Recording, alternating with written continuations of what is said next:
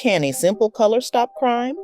In the early 2000s, Glasgow decided to adapt blue streetlights for some areas, such as Buchanan Street. What was initially part of an overall beautification and development initiative of the city shocked the world. So what happened?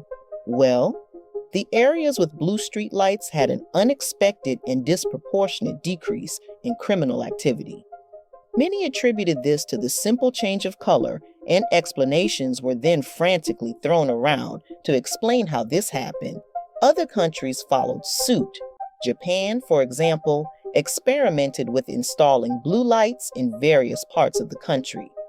What was a cosmetic change suddenly became a crime deterrent. But does blue lighting really affect criminal behavior? What were the theories applied to explain this phenomenon?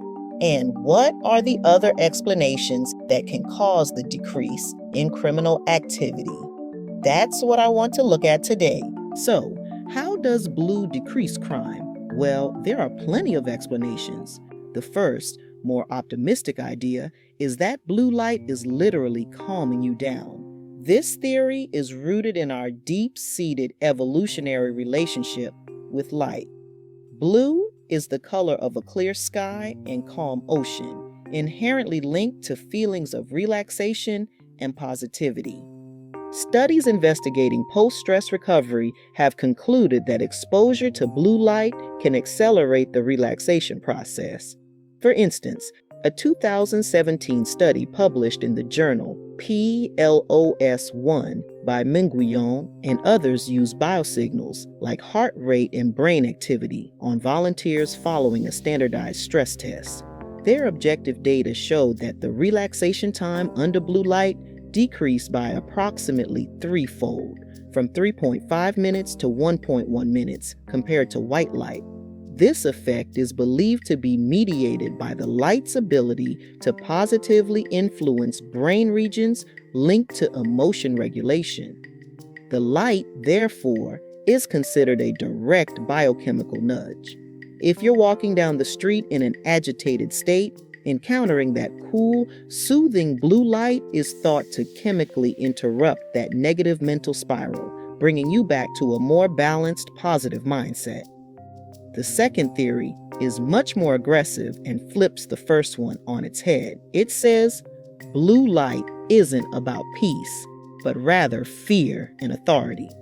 In many places, blue is the color of vigilance and emergency services across most of the Western world. Blue and red flashing lights are universally recognized as indicators of immediate action, danger, and law enforcement presence.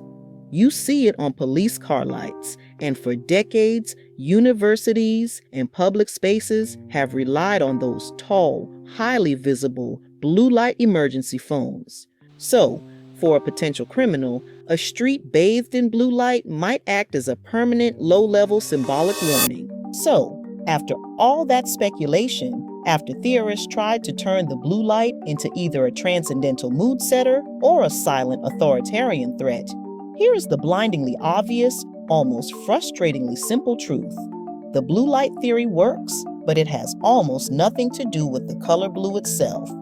Both the calming hypothesis and the authority hypothesis miss the most basic, boring, and scientifically proven factor: brightness. When Glasgow swapped out the old lights on Buchanan Street, they weren't just changing the tint, they were replacing ancient, inefficient fixtures, likely the old, dim, yellowish, high-pressure sodium lamps, with new, modern, and substantially brighter systems. And here's what decades of criminology research have already confirmed. When you increase the quality and quantity of light in a dark space, crime rates fall. This is a core principle of situational crime prevention. Why?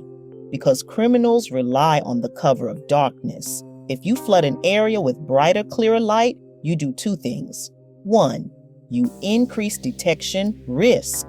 It becomes much harder for an offender to hide, conceal tools, or go unnoticed while committing a crime like theft or vandalism. And two, you empower witnesses. It's easier for passersby or surveillance cameras to see and report what's happening. We know this effect is real, regardless of color. A massive experiment in New York City, for instance, part of a mayor's Office for Criminal Justice initiative, showed that just providing brighter, better streetlights led to at least a 36% reduction in nighttime outdoor index crimes. So, what Glasgow actually did was upgrade their infrastructure, and the subsequent crime drop was a predictable result of improved visibility, not chromatic magic.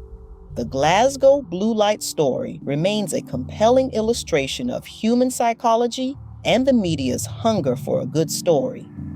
We desperately wanted the answer to be profound, either an ancient neurological connection to tranquility or a clever, high-tech piece of authoritative signage. But the real success was far simpler: good, old-fashioned urban planning.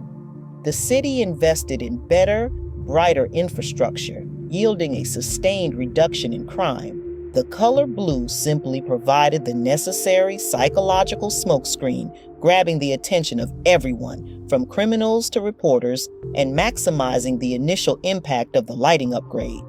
Ultimately, the blue light was less a cause and more a catalyst, drawing focus to the fact that someone finally was paying attention.